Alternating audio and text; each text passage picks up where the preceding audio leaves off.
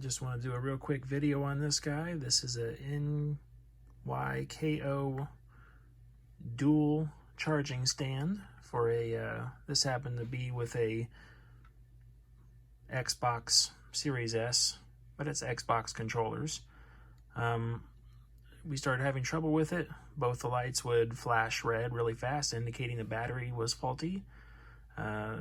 We did some reviews online and found out that they all started doing this around the 6-month time frame, which is pretty disappointing. They're not that expensive, but still, you should be able to hold on to a piece of electronics for more than 6 months before it goes bad. So I wanted to take it apart and just see what was wrong and post it if anybody else is curious. Took it apart. This is my hand here.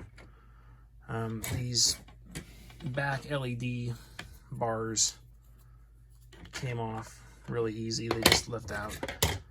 The back, in case you're wondering, looks like this. I removed the rubber stickies to pull the little Phillips head screws out of there. And on the inside, it's pretty basic. There's the 2 blinking lights that indicate your charge fault down there. And right off the bat, just looking at it, I could see, there's a little screwdriver here. I could see right here, you could see the surface has been moved around here, which indicates probably while they were testing it at the factory, this one was probably a dud, and they ended up having to resolder the joints of this diode. And that's why the varnish is all messed up around that guy. There's several little things around there. Some of the IC chips are on a little crooked. Some of the diodes are a little messed up. But as you scroll down, and these are your pickups, by the way, right here. Soldering's not the best, but I'm not an electronics person.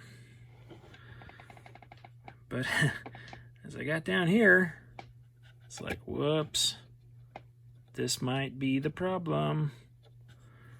I'm not sure what that little guy does. I'm not even going to pretend to know.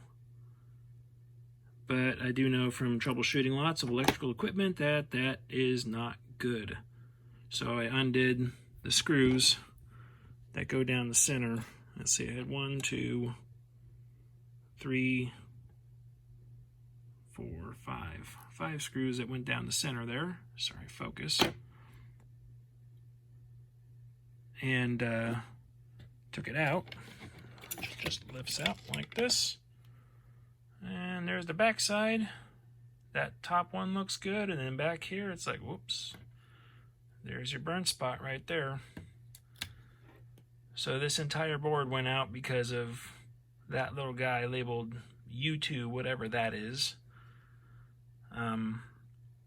My son asked, well, I didn't have a problem with both of them all the time, but the way these circuit boards work, as soon as you have one faulty component, it affects the power and everything on the entire board, making the whole thing useless.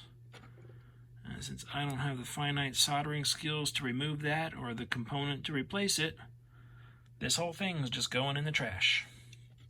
But if anyone's curious, that's what happened to mine.